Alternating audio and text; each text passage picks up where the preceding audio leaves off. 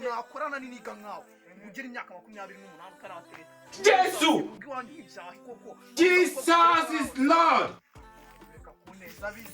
ubu ngubu urareba ukabona ko bangana gutya uko nabuze abakobwa natera hasi ubuse barasa abakobwa ngiye kugendera nawe birantambiye nta mustar wigiye mane wajya ukanshiturura so ukareka kwirirwa unyita imbwa ukashitura ukareba ko ngiye bira rero mubwire kagere kuzanira umwana sibyo ibimpa kwigira imbwa nubize se ngenda kayabaho kuwasaza nkamurisha imyungu ndakakubwira akabaye wacu sunzi mu munota umwe wamuzanye nawe urabyumva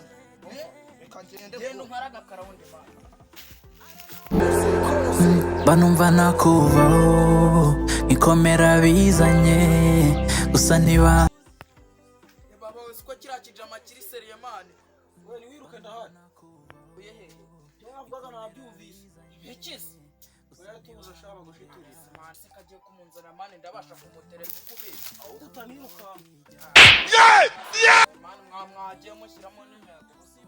na mere yarambojije meze bite mane ni hara ijyaho umuntu tugenda uramubona ese ni ngombwa nze mbi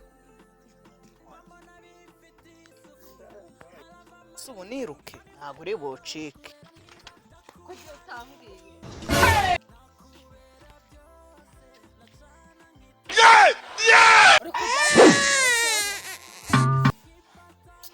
nyine uretse mbaza njye kunyara ndumva nanameze nabi ndaje ndahita nkubwira sibyo byiza cyane ngaho genda ndaje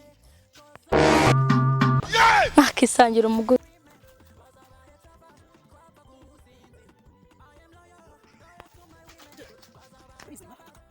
uriya mwana ujya yarafite gahunda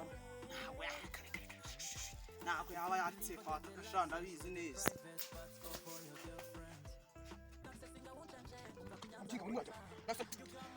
umukobwa watumije wamutera